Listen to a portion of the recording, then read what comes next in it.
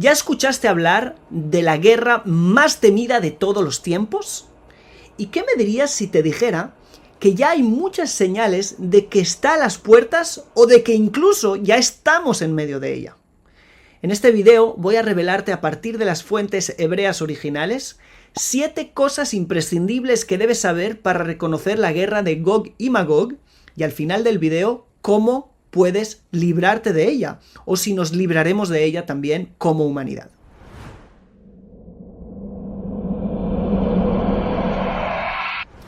Shalom a todos y bienvenidos a nuestro canal. Me llamo Daniel Chapán y hoy vamos a hablar acerca de la guerra de Gog y Magog, una de las guerras de las que más se ha hablado durante la historia. ¿Por qué? Porque ha sido profetizada por los profetas en 6 libros distintos de la Biblia hebrea. Pero antes de empezar a profundizar en los textos, quiero mostrarte cómo hay cosas impresionantes que fueron dichas hace miles de años que era imposible que se supiera, pero hoy sabemos que este es el escenario exacto que está descrito allí y que esas cosas ya pueden empezar a pasar o ya empezaron a pasar. Por ejemplo, en el Zohar, ¿sí? La cita es Bereshit, página 58, está escrito que cuando llegue Gog y Magog llegarán multitudes de todo el mundo para pelear contra Jerusalén y contra Shem. Bueno, eso está escrito en los versos. Lo importante es que en el Zohar, en la página 119 después, más tarde, está escrito que los hijos de Ismael serán los que despertarán a todos los pueblos de la tierra para venir a pelear contra Israel.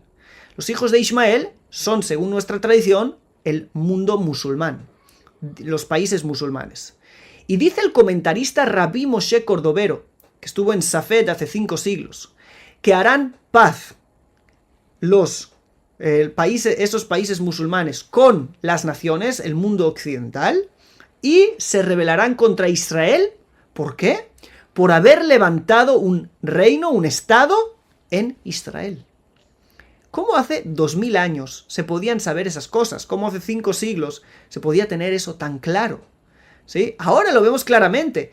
¿Es posible que Israel en alguna guerra con algún país vecino, que son todos musulmanes, ¿sí? De alguna manera las Naciones Unidas, la OTAN, los Estados Unidos se metan en esa guerra y que haya una guerra así grande por causa de eso? Hoy en día es un escenario posible.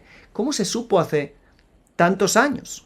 Shalom, quiero hacer una pausa de unos pocos segundos para invitarte a la Academia Co-Creadores en WhatsApp, donde vamos a tener materiales completamente inéditos, míos y de otros ponentes en hebreo, disponibles en español. Si quieres unirte al grupo de WhatsApp, haz clic en el link que está en la descripción del video o en el primer comentario fijado. Hay otro ejemplo parecido. El Zohar nos dice que, terminando la guerra de Gog y Magog, 10 meses después de la guerra, seguirán apareciendo heridos, gente muerta, por causa de la guerra, pero que la guerra ya habrá terminado.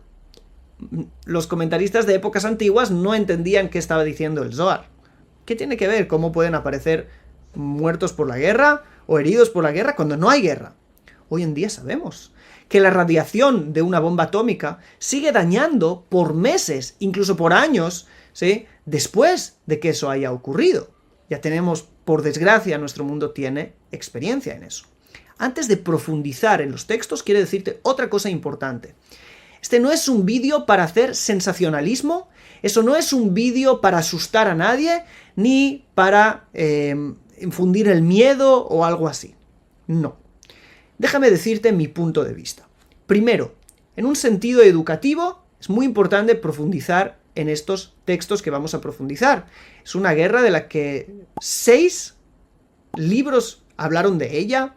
4 de los profetas profetizaron acerca de ella, o 5, creo que es algo que no es casualidad. No somos la única tradición que cree que en el final del tiempo habrá alguna guerra.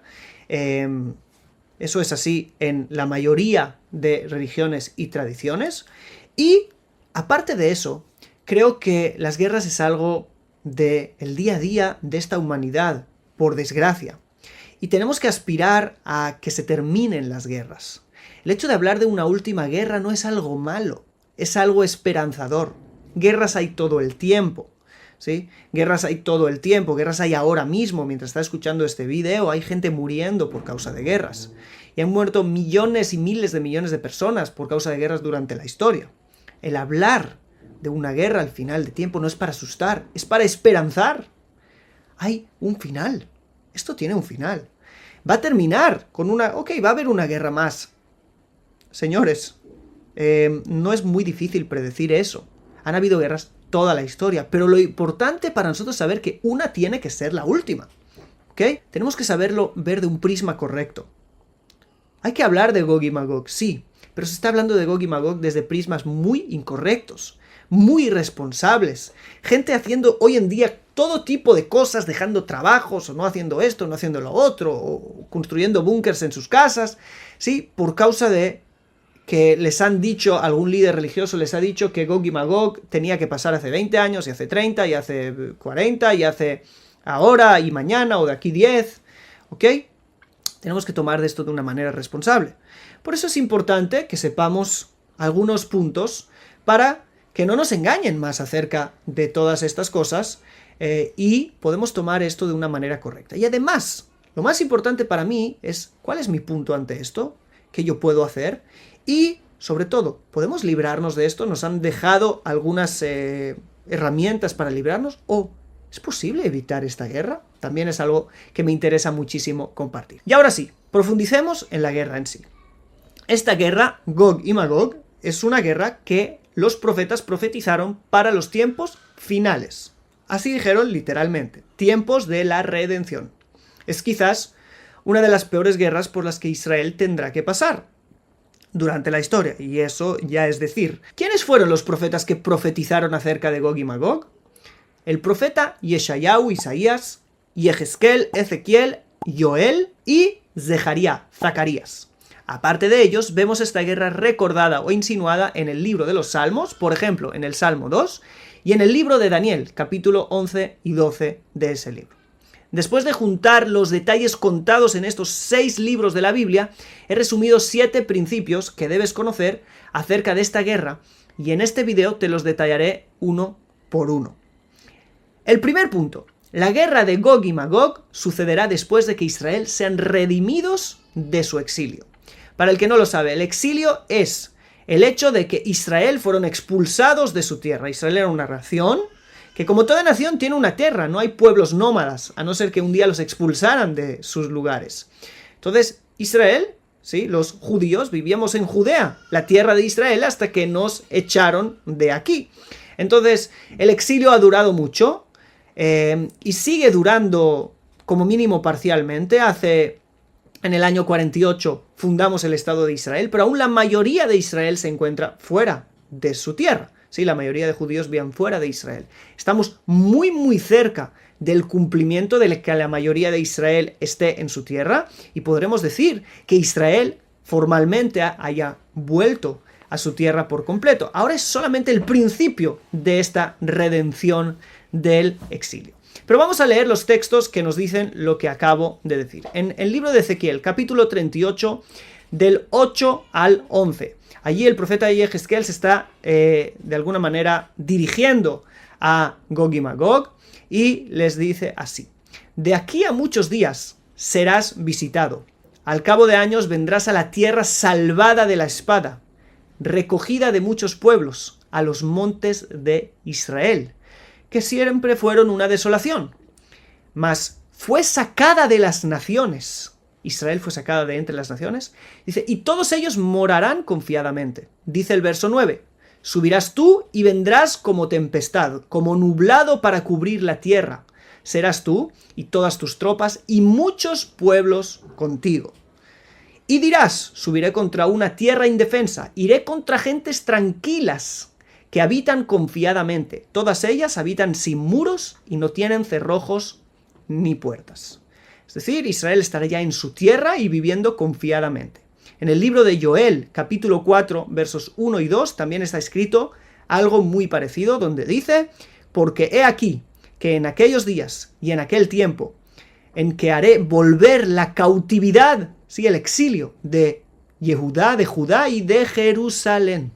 Reuniré a todas las naciones y las haré descender al valle de Josafat, y allí entraré en juicio con ellas a causa de mi pueblo, de Israel mi heredad, a quienes ellas esparcieron entre las naciones y repartieron mi tierra. Ellos ya habrán vuelto. Y en los dos textos vemos algo también muy interesante.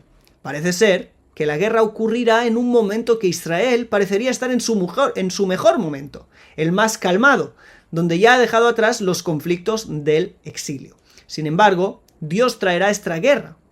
Y la pregunta es, ¿por qué?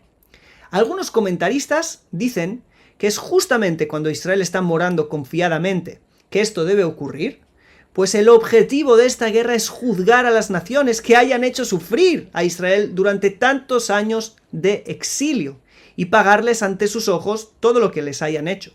Y también dicen ahí los comentaristas que a Dios aprovechará para juzgar también a los malvados de entre Israel. Por si alguno piensa que me estoy inventando esto, puede revisar el comentarista Malbim sobre Devarim 29 y allí lo encontrará escrito literalmente. Esto también tiene un mensaje para nosotros. Naciones que se han dedicado a hacer sufrir a Israel de manera injusta, creo que es el momento que se despierten, nunca es tarde, para pedir perdón. Que se despierten para hacer algún tipo de tikún, algún tipo de rectificación por lo que se ha hecho. La historia no queda borrada tan fácilmente. Uno tiene que rectificar también. Así que vamos a por el segundo punto. La guerra de Gog y Magog será la guerra de todas las naciones. Una guerra mundial. Esta no será una guerra puntual contra una nación u otra, o alguna nación vecina de Israel. Veamos los textos cómo nos afirman que esta guerra será de todas las naciones. El profeta Yeshayahu en el capítulo 66, verso 18, nos dice: porque yo conozco sus obras y sus pensamientos. Tiempo vendrá para juntar a todas las naciones y lenguas, y vendrán y verán mi gloria. Es decir, juntarlas en Jerusalén.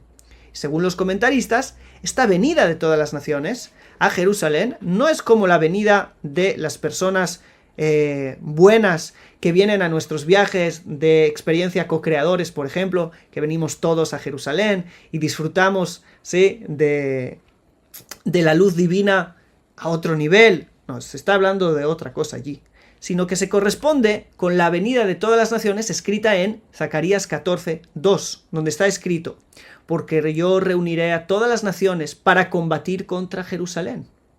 ¿Sí? Y también en el profeta Joel, donde ya leímos que está escrito: reuniré a todas las naciones y las haré descender al valle de Josafat, y allí entraré en juicio con ellas por causa de mi pueblo.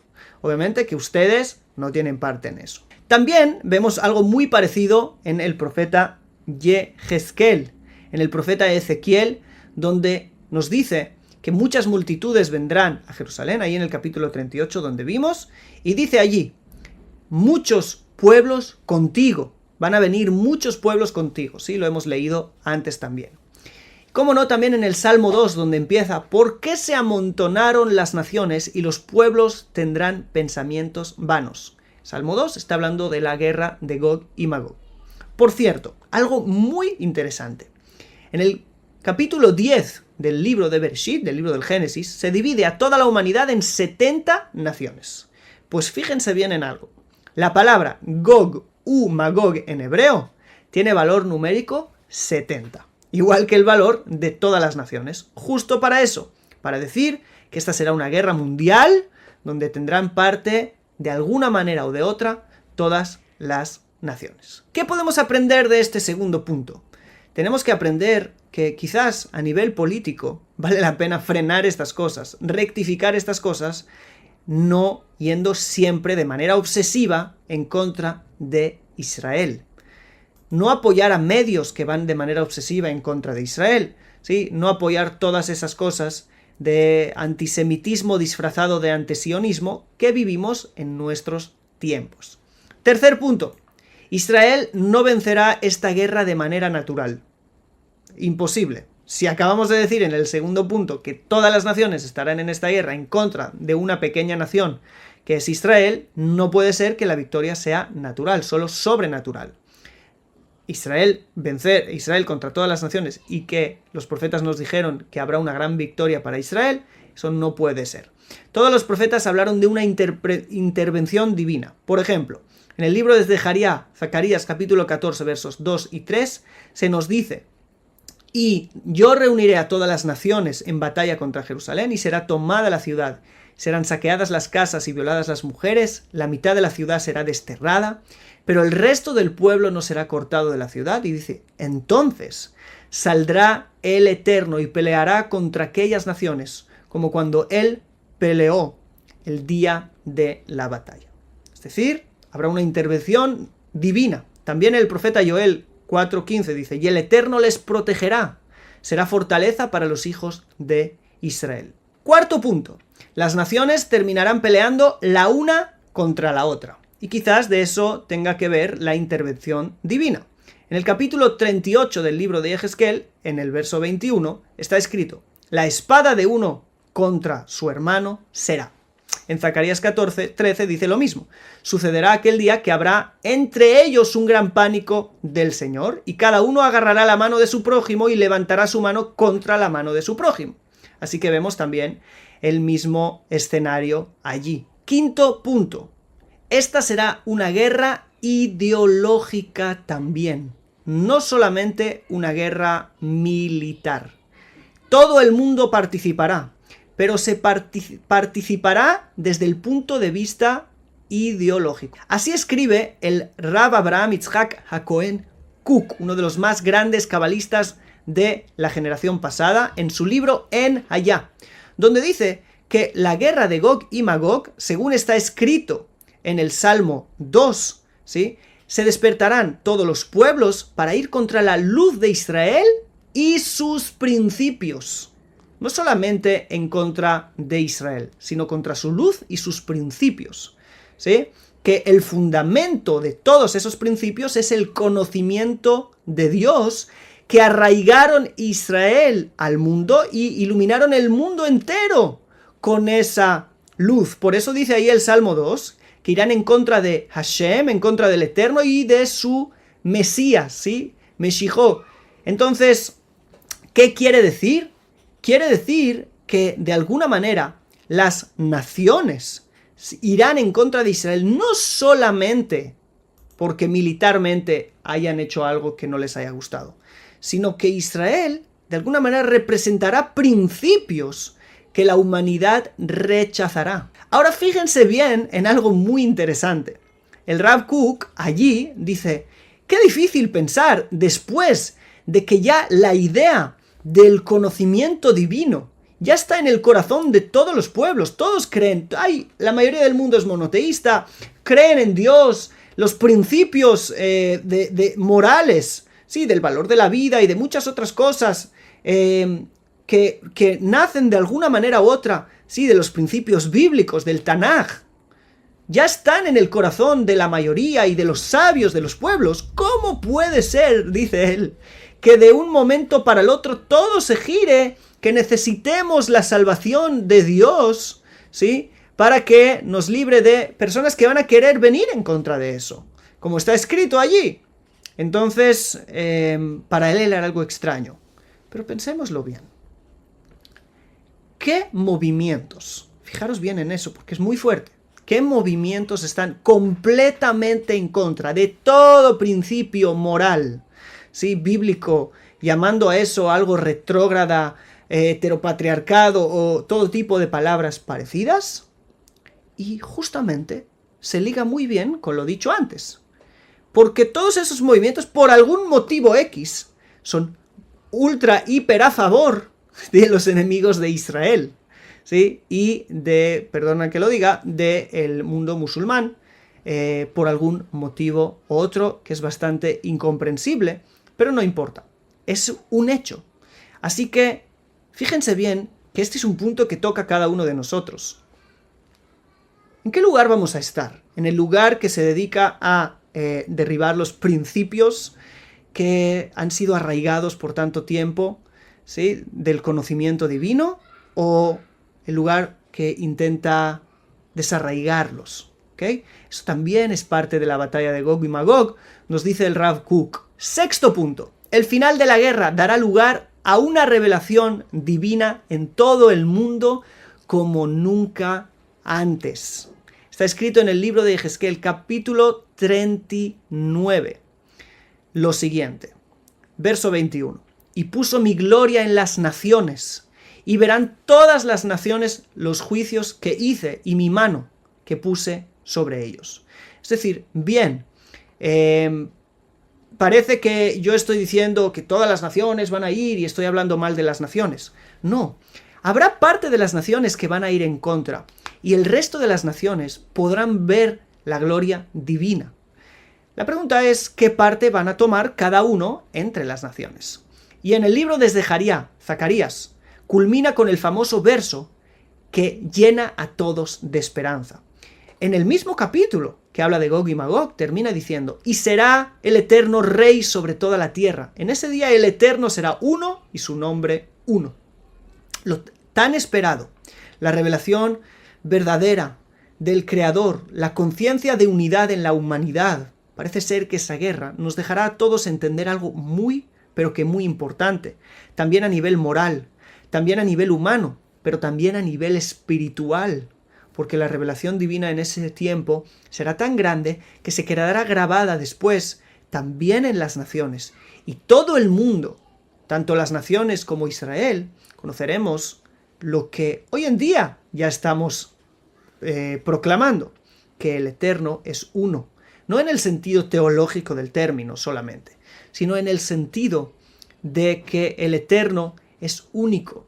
Y de que la humanidad tiene que elevarse a los principios morales de esa revelación, a los principios espirituales de esa revelación única, del único.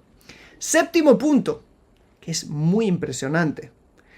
Se nos fue dicho por la tradición hasta el Gaón de Vilna, uno de los más grandes sabios de Israel, hace más o menos 300 años, que la guerra de Gog y Magog durará 9 minutos. Es algo impresionante. Yo no sé si sea literal, pero ¿cómo alguien hace 300 años podía imaginarse que una guerra mundial dure 9 minutos? Antes eso era imposible. Hoy es completamente posible. Recordar el Zohar de antes, que cuando se termine la guerra va a haber 10 meses de gente que va a seguir herida y que dijimos hoy en día con la radiación de las bombas atómicas está claro. Vemos todo el tiempo información de Irán desarrollando bomba atómica y cuánto Israel está luchando para que eso no ocurra y países que... Suena mal, pero tengo una buena noticia para ti, un poquito de esperanza. Está escrito en la tradición de Israel, los sabios de Israel nos enseñan que la forma de interpretación de estas profecías en Israel es diferente de muchas de las otras filosofías. Para nosotros está escrito que profecías que hablan de desgracias, de cosas malas, no tienen por qué ocurrir. Quiero decir que son profecías bajo condición. Es decir, si las cosas van mal, eso es lo que va a ocurrir. Pero si se cambia, es decir, si no va mal, si hay teshuvá, si hay vuelta a Dios, si hay, en vez de cosas malas, hay cosas buenas por parte nuestra, quizás eso cambie. ¿Ok? Quizás la profecía cambie. Entonces, profecías que son bajo condición no tienen por qué cumplirse así a rajatabla, es decir, puede haber una visión de que Gog y Magog no ocurra, ¿ok? O que ocurra de manera más limitada. Si se describe lo siguiente de nuevo, que va a haber tanta maldad en el mundo, entonces eso es lo que pasa. Pero podemos reducir la maldad en el mundo, aportar luz al mundo, y también se reduce con eso las consecuencias de las profecías. Por ejemplo, Jonás fue a Nínive y profetizó destrucción. Igual que está profetizada aquí, en Ezequiel y en otros lugares, destrucción. Pero el arrepentimiento de Nínive hizo que no haya destrucción. Eso es lo mismo. Profecías de caos, de destrucción, cosas terribles, pueden ser de alguna manera dadas la vuelta. Y eso es una buena noticia. Yo creo que es algo que tenemos que, con mínimo, intentar y clamar y luchar para aportar luz al mundo y no decir, bueno, ya viene Gog y Magog, todos morís, todos... Sí que es una actitud pasiva y no buena para nada, que no nos aporta absolutamente nada a nosotros. Ahora, a nivel personal, también se ocurriera algo parecido. ¿Qué podemos hacer? El profeta Joel nos dice algo interesantísimo, y será que todo el que clame en el nombre del Eterno será salvado. ¿Sí? Es decir, clamar el nombre del Eterno. ¿Pero qué es clamar el nombre del Eterno? ¿Clamar el nombre del Eterno es decir el Eterno? No, es algo que va más allá, es algo que tiene que ver con nuestra propia vida. ¿Sí? Es algo que tiene que ver con nuestra fe, es algo que tiene que ver con nuestro día a día. Por eso, en el Talmud, en el Tratado de Sanedrín, en la página 98b, se nos dice allí cómo salvarse. De hecho, se lo preguntaron a uno de nuestros sabios, y él contestó: el estudio de la Torá y las buenas acciones. ¿Por qué? ¿Por qué? Hemos dicho que el mal comportamiento trae la guerra. La rectificación son gmilut hasadim, el hacer gesed, el hacer bondad con los demás. Y también Torah, porque hemos dicho que esta guerra al final viene a traer una gran revelación divina. Quizás, si llenamos el mundo de revelación divina, ya no haga falta la guerra, también a nivel personal. A mí ya se me reveló, ¿sí? Niveles grandes de revelación divina a través de mi estudio, a través de mi esfuerzo por profundizar, ¿ok? Entonces ya no necesito que me sea hecho esto a través de la guerra. Y de nuevo, lo mismo las buenas acciones. ¿Sí? Torah begmilut hasadim. Por eso, me gustaría que me dejaras en los comentarios, cada uno de los que está viendo este video y le está gustando. Primero, que nos deje un like. Y segunda, ponga en los comentarios una buena acción.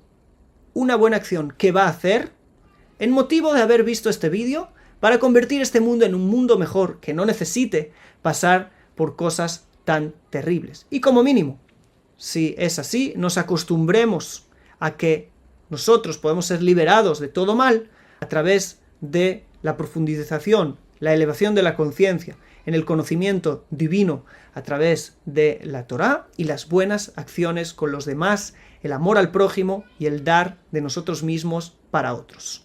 Así que esta es la manera con la cual nos podemos librar de Gog y Magog. Y sin más, terminemos este vídeo deseándonos lo mejor, que con la ayuda del Creador el mundo sea lleno de luz a través de las buenas obras, a través del amor al prójimo y no, Dios no lo quiera, a través de escenarios como los que acabamos de describir. Sin más, nos vemos en el próximo video. ¡Shalom!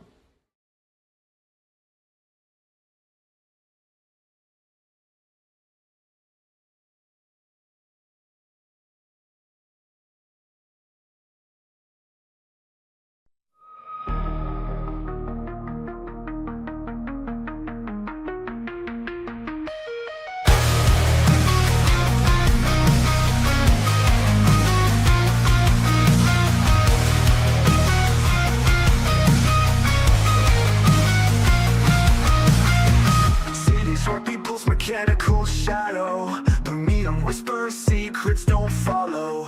Streets empty, ghosts, echoes of tomorrows. Midnight clocks, ticks, lost dreams borrowed. Skyline, fractured moonlight dissected.